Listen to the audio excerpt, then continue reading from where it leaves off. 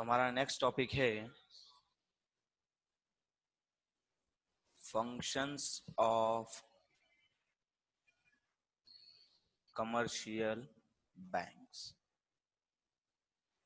जो मैंने आपको कमर्शियल बैंक की मीनिंग के टाइम बताया था, वो दोनों ही काम इसके सबसे प्राइमरी काम है।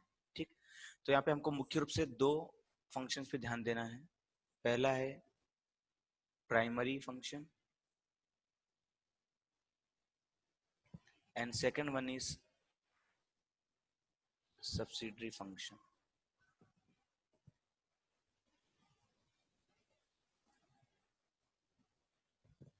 ठीक है, अब प्राइमरी की बात करें तो उसमें भी दो फंक्शन है इसके। ठीक है, प्राइमरी में भी बात करें तो दो फंक्शन है इसके।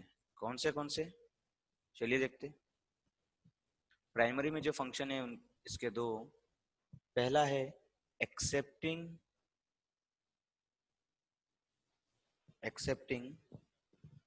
डिपॉजिट्स। ठीक है, प्राइमरी में देखा जाए तो पहला फंक्शन क्या है, accepting deposits, and second one क्या है, लेंडिंग एंड इन्वेस्टमेंट। ठीक है, लेंडिंग एंड इन्वेस्टमेंट। ठीक है, सब्सिडरी में देखा जाए तो इनके काफी सारे फंक्शंस हैं, है ना। मैं लिख देता हूं, सब्सिडरी में इनके फंक्शंस जो है जनरल फंक्शन। ठीक है, दूसरा है एजेंसी फंक्शन, तीसरा है trustee function, and last one है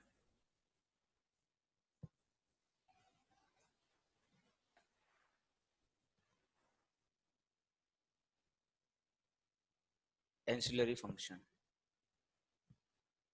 ठीक है,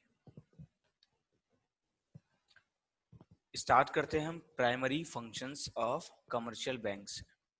ठीक,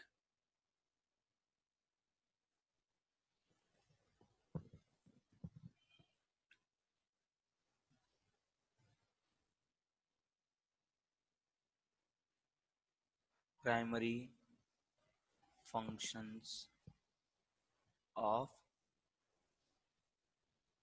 कमर्शियल बैंक्स। ठीक है,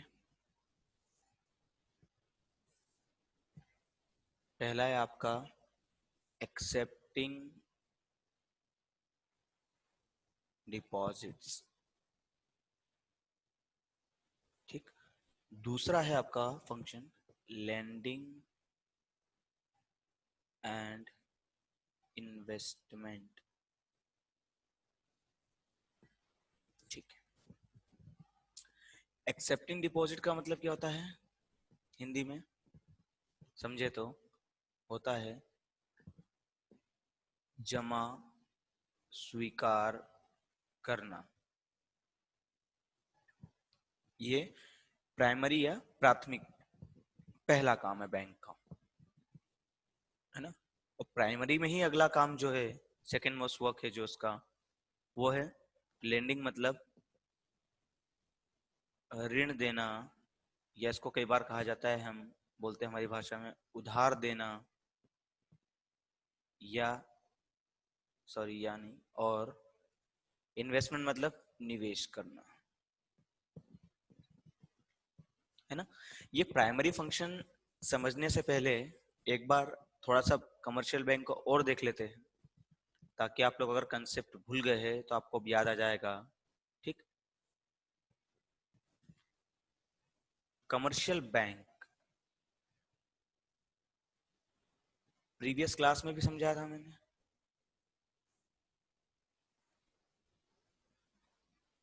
व्यापारिक बैंक बोलते हैं इनको। ठीक, मैंने अभी प्राइमरी फंक्शन में दो पॉइंट्स लिखे हैं, एक्सेप्टिंग डिपॉजिट्स, और दूसरा पॉइंट जो लिखा, जो दूसरा उसका इंपॉर्टेंट वर्क है, वो है lending and investment.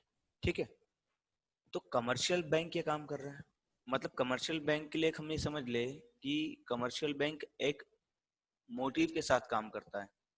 Commercial bank या commercial banks work with a motive of profit earning.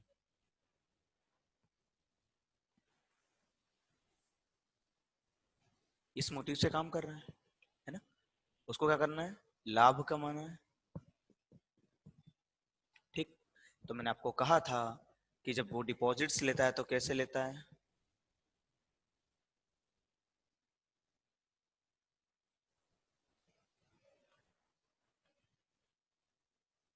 मान लो ये जेठालाल है, ठीक है। बैंक ने ऑफर किया लोगों को कि अगर आप कुछ पैसा जमा करते हो हमारी बैंक में, क्या, बैंक ने ऑफर किया कि अगर आप कुछ पैसा जमा करते हो तो बदले में हम आपको इंटरेस्ट देंगे, मतलब कुछ ब्याज आपके पैसे के बदले। आप क्या करिए, डिपॉजिट करिए, बदले में आपको क्या मिलेगा, इंटरेस्ट। ठीक है।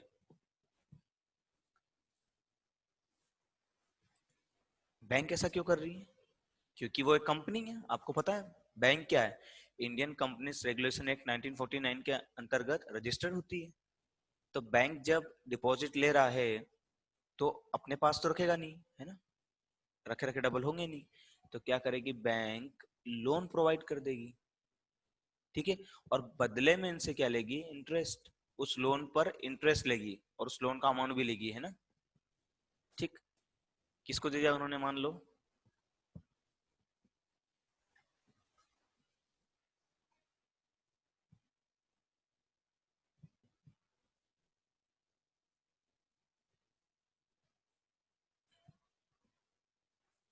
किसी व्यक्ति को लोन दे दिया, उसका नाम है विजय माल्या, या विजय माल्या की जगह उन्होंने लोन दे दिया किसको, अभी लेटेस्ट ट्रेंडिंग बंदा है उसका नाम है विनोद। किसको लोन दे दिया उन्होंने, विनोद को लोन दे दिया, क्योंकि विनोद को बिजनेस करना है और विनोद को पता है कि बैंक से लोन मिल जाएगा। तो बैंक ने लोन दिया और बदले में इंटरेस्ट लिया उससे। तो बैंक यदि डिपॉजिट करने वाले व्यक्ति को उसके डिपॉजिट पर 5% इंटरेस्ट रेट चुका रही है, तो बैंक क्या करेगी, बैंक क्या करेगी बदले में, बैंक ये चाहेगी कि भैया हमने विनोद को पैसा अगर उधार दिया है तो बदले में हम इंटरेस्ट रेट क्या लेंगे, थोड़ा ज्यादा ही लेंगे। तो मान लिया हमने 10% बैंक इससे ले रही है।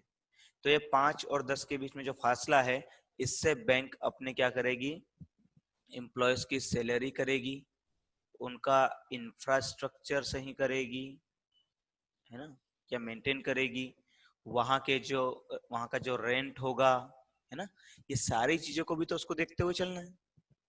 तो ये बैंक का काम होता है ना। तो हमने क्या किया कि बैंक के काम को आगे डिवाइड कर दिया फंक्शंस के हिसाब से। ठीक है, यहां तक क्लियर आउट है। अब बैंक के काम को कैसे क्लियर आउट किया, तो आगे देखिए अगली स्लाइड में आप। ठीक। तो प्राइमरी फंक्शन पे अब आ जाइए आप लोग, प्राइमरी फंक्शन। ठीक है, प्राइमरी फंक्शन में दो चीजें, पहली है एक्सेप्टिंग डिपॉजिट्स, ठीक है, और दूसरा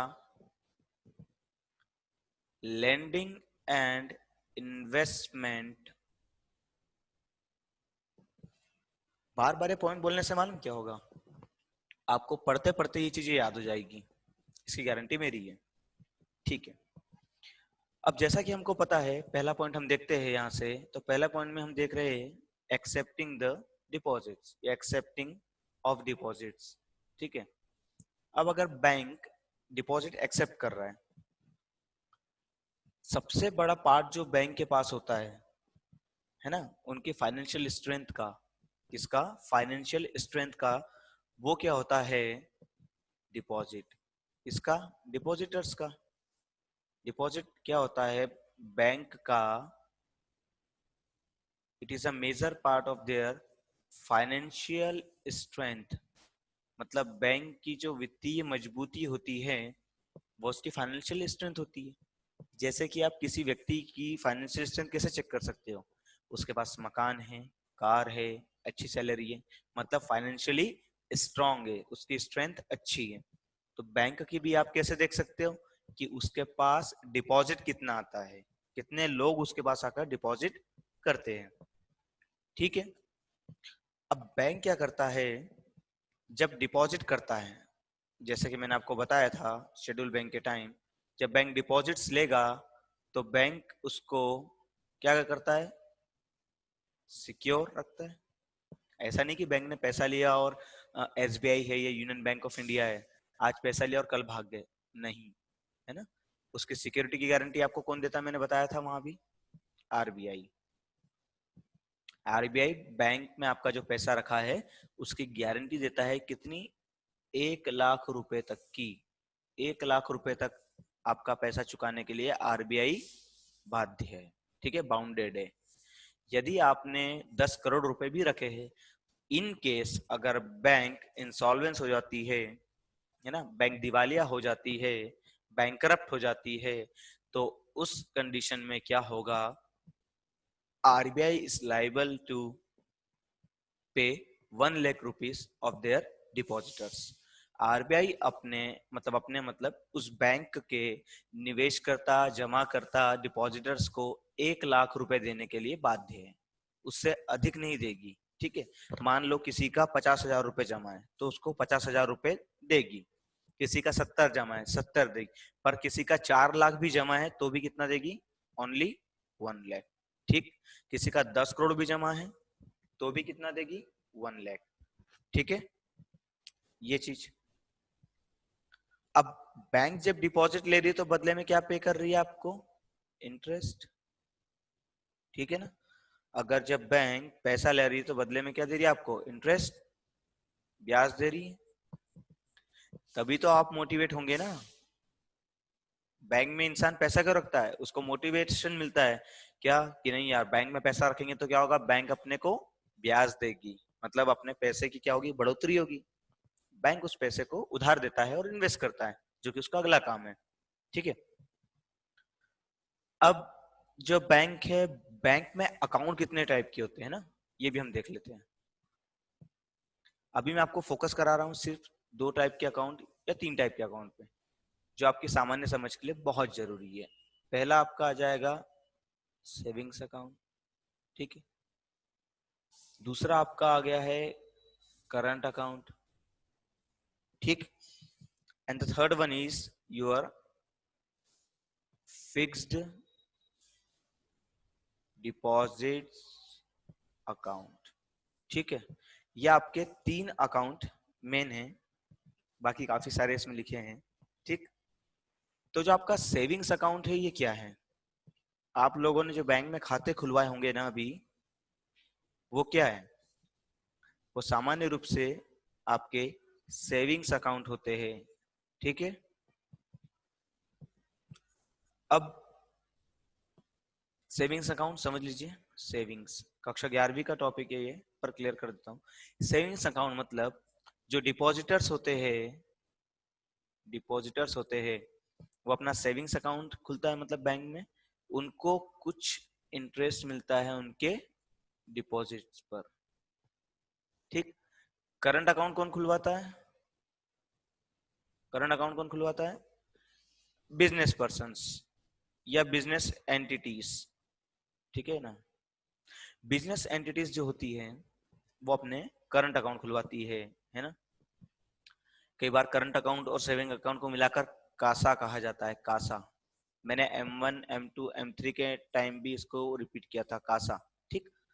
तो क्या होता है, बिजनेस एंटिटीज अपने करंट अकाउंट खुलाती है और इस पे इनको किसी प्रकार का इंटरेस्ट पेएबल नहीं है, इंटरेस्ट नहीं मिलता है। ठीक है। एक आपकी होती है एफडी, फिक्स डिपॉजिट, वो एक टर्म के लिए जमा हो जाती है। मान लो आपने एक टर्म है बैंक का, 3 ईयर की कोई पॉलिसी है एफडी की, आपने 5 लाख रुपए जमा करे, है ना, 5 लाख रुपीस आपने जमा करे किसी पर्टिकुलर टाइम के लिए, और आपको 3 साल में जो ब्याज मिलेगा, उसका इंटरेस्ट मिलेगा, वो उसमें जुड़कर मिल जाएगा, मतलब आपका अमाउंट। ठीक है, अमाउंट किसको बोलते हो तो पता ही होगा आपको, प्रिंसिपल प्लस जो उस पे इंटरेस्ट मिलता है, दिस इज कॉल्ड अमाउंट। ठीक है, अब क्या हुआ, आपके अकाउंट्स आपने समझ लिए, आपको डिपॉजिट कर रहे हो, बदले में ब्याज मिल रहा है, ये पहला सबसे महत्वपूर्ण काम आपका खत्म हुआ, इसका, बैंक्स का। ठीक, अब हम आते हैं सेकेंड मोस्ट इंपॉर्टेंट वर्क जो कि प्राइमरी फंक्शन में है, that is lending and investment. ठीक है, लैंडिंग एंड इन्वेस्टमेंट की बात अब करते हैं। लैंडिंग का मतलब होता है ऋण देना या उधार पर देना। ठीक है ना, ऋण पर देना मतलब बदले में आप ब्याज लोगे ना उससे। ऋण क्या है, स्टैंडर्ड शब्द है, उधार भी स्टैंडर्ड है, पर जो ऋण है एप्रोप्रिएट वर्ड है। दूसरा है इन्वेस्टमेंट, निवेश करना। ठीक, अभी दोनों ही शब्द क्या है समझ लेते हैं। जो सेकंड प्राइमरी फंक्शन है बैंक का, वो क्या है, उधार देना। अब उधार कौन लेगा, जमा करने वाले को आप बोलते हो डिपॉजिटर्स, जो हमने पहले पॉइंट में पढ़ा। उधार लेने वाले को आप बोलते हो बोरोवर्स। ठीक है,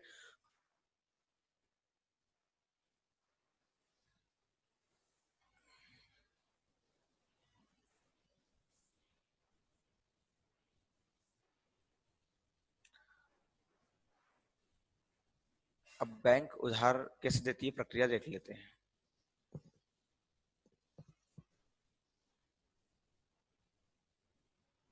ठीक है, बैंक में डिपॉजिट हो गया पैसा, पैसा बैंक के पास आ गया है ना। बैंक पर कुछ प्रतिबंध लगते हैं आरबीआई के, जिसे आप CRR SLR बोलते हो। इन दोनों को मिलाकर एक शब्द आता है LRR, लिक्विडिटी रिजर्व रेशो। आपको ये रखना ही होता है, लिक्विडिटी रिजर्व रेशो। कुछ पैसा आपको अपने पास कैश के फॉर्म में, कुछ SLR के फॉर्म में रखना होता है, और आप उसके बाद विनोद को लोन पर दे सकते हो। ठीक है, ठीक, तो CRR SLR क्या है, आने वाले क्लासेस में मैं आपको कंप्लीट इसका लेक्चर लूंगा, तब समझा दूंगा मैं आपको। अभी आप इतना समझ लीजिए कि एक अमाउंट उनको रखना होता है, जैसे डिपॉजिटर्स ने जो उनको पैसा दिया यहाँ पर, ठीक है ना, डिपॉजिटर्स का जो पैसा आया, उसका कुछ अमाउंट उनको अपने पास कैश और SLR के फॉर्म में रखना होता है, बाकी को वो लोन पर दे सकते हैं। उदाहरण के लिए मैं बोल देता हूँ कि LRR जो है, LRR वो 20 से 25% के बीच में है। मतलब अगर आपके पास 1000 रुपए डिपॉजिट आता है, तो आपको 250 रुपए अपने LRR में रखने हैं, बाकी 750 रुपए आप लोन पर दे सकते हो। ठीक है, क्यों, इसका भी रीजन अभी बता देता हूं। यदि आप कुछ अमाउंट का पैसा अपने पास नहीं रखेंगे, और लोग अगर पैसा लेने आ गए अपना, तब तब क्या करोगे, लोग ATM का यूज भी करेंगे, लोग चेक भी लगाएंगे अपने, लोग कैश लेने भी आएंगे। उस कंडीशन में ये समस्या पैदा ना हो, इसके लिए RBI ने ही अपना रूल बनाया हुआ है, किसका, CRR का और SLR का। ठीक, आगे हम समझेंगे। तो यहाँ आपका ये दूसरा पॉइंट कंप्लीट होता है। ठीक है, तो ये दो काम थे। एक काम है आपका इन्वेस्टमेंट। हाँ, बैंक इन्वेस्ट कर सकती है, पर RBI ने ये कहा है क्या, कि बैंक्स को ये चीजें ध्यान में रखनी होगी कि आपके डिपॉजिटर्स का जो पैसा है वो क्या हो, डिपॉजिटर्स का क्या है, जो डिपॉजिट है वो कैसा रहे, सेफ रहे, सिक्योर रहे। ठीक है, और कुछ गिनी चुनी जगहों पर ही उनको अनुमति है इन्वेस्ट करने की। ऐसा नहीं कि वो शेयर मार्केट में हर जगह इन्वेस्ट कर सकते, नहीं, कुछ पर्टिकुलर सेक्टर होते हैं जो RBI बता के रखती है, वो वहीं पर इन्वेस्ट करते हैं, क्योंकि RBI is father of all banks. तो जो फादर कहेंगे वो तो बच्चों को मानना ही होगा ना। ठीक है, तो ये आपके दो काम थे मेन, प्राइमरी फंक्शन। ठीक है, इस पे प्रश्न भी बना हुआ है। ठीक, तो अब आपको कभी ये क्वेश्चन आता है तो मैं इसका एक क्वेश्चन का फ्रेमवर्क आपको करके बता देता हूं। जैसे क्वेश्चन आया, ठीक है, कि राइट द प्राइमरी फंक्शंस, ये आपको प्रोबेबली 3 मार्क 4 मार्क में आ सकता है ना। Right the primary functions of commercial banks. अब कमर्शियल बैंक्स के बारे में आपको बताना है, उनके प्राइमरी वर्क के बारे में। तो आपका आंसर कैसा होना चाहिए? सबसे पहले थोड़ा सा कमर्शियल बैंक के बारे में इंट्रोड्यूस करवा दो उनको, है ना। कमर्शियल बैंक्स क्या क्या करते हैं उसका इंट्रोडक्शन बेसिक वाला। ठीक, देन फिर क्या करो, अगला पैराग्राफ यहाँ से बदलो। पैराग्राफ बदलने की एक विधि होती है ना। मान लो आपका आपकी लाइन लिखते लिखते लिखते यहाँ खत्म हो गई, तो इसका मतलब ये नहीं कि यहाँ से चालू करना आपका आंसर, नहीं। आपका आंसर एक टैब ले लो और यहाँ से शुरू करो आप। ठीक है, आपने लिखा following are the primary functions of commercial banks, और नीचे करके क्या बना दिया आपने? चार्ट बना दिया या फ्लो चार्ट बना दिया। कमर्शियल यहाँ लिख देंगे फंक्शंस या प्राइमरी फंक्शंस, जो भी आपका टॉपिक है आगे, primary functions of commercial banks, ऐसा करके ये कर दिया।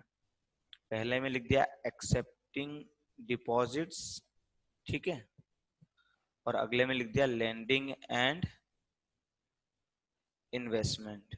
ठीक है ना, लेंडिंग एंड इन्वेस्टमेंट लिख दिया। ठीक, इसके बाद क्या हुआ? आगे बढ़े, यहां डाला फर्स्ट प्राइमरी फंक्शन और लिखना स्टार्ट किया। और अगर आप चाहो तो बीच में एक चीज बना सकते हो, क्या? ऐसा करके डब्बा, वहां पर ये आपको ये कार्टून वगैरह बनाने की जरूरत नहीं है ना, उसका इफेक्ट शायद सही नहीं पड़े, तो आप ऐसा एक बॉक्स बना लीजिए। ठीक है, उसमें लिख दीजिए डिपॉजिटर, ठीक है ना, ऐसा कर दीजिए। ऊपर लिख दीजिए डिपॉजिट्स। या आपके दिमाग में नीचे सारी चीजें, पता है, ये आपकी क्रिएटिविटी पे डिपेंड करता है कितने क्रिएटिव हो आप। डिपॉजिट्स, ठीक है, और यहाँ बैंक के एंड से इधर करके दिखा दिया, यहाँ लिख दिया बदले में क्या? इंटरेस्ट, है ना, ये लिख दिया। फिर आपका सेकंड पॉइंट आया, देन आपने कर दिया लैंडिंग एंड इन्वेस्टमेंट। ठीक, और वापिस से जैसे मैंने बनाया है इसको इस तरफ इस एंड से कर दो, क्या? बैंक, ठीक है, बोरोवर्स या बोरोवर, ठीक है, और बता दिया यहाँ पे। ठीक है, तो ये चीजें अपने को सीखना, आंसर राइटिंग, है ना, ये इनबिल्ट आपके अंदर ही होनी चाहिए सारी चीजें, कि अपन कैसे अपना दिमाग का उपयोग करके चीजें को सीखें। तो यहाँ पर आपके प्राइमरी फंक्शन खत्म होते हैं। ठीक है, आपके सेकेंडरी या सब्सिडरी फंक्शन जो है मैं आपको कल इन डिटेल पूरे डिस्क्राइब करूंगा, क्योंकि काफी बड़े हैं वो। ठीक, तो आपके दो फंक्शन हो गए, प्राइमरी और सेकेंडरी।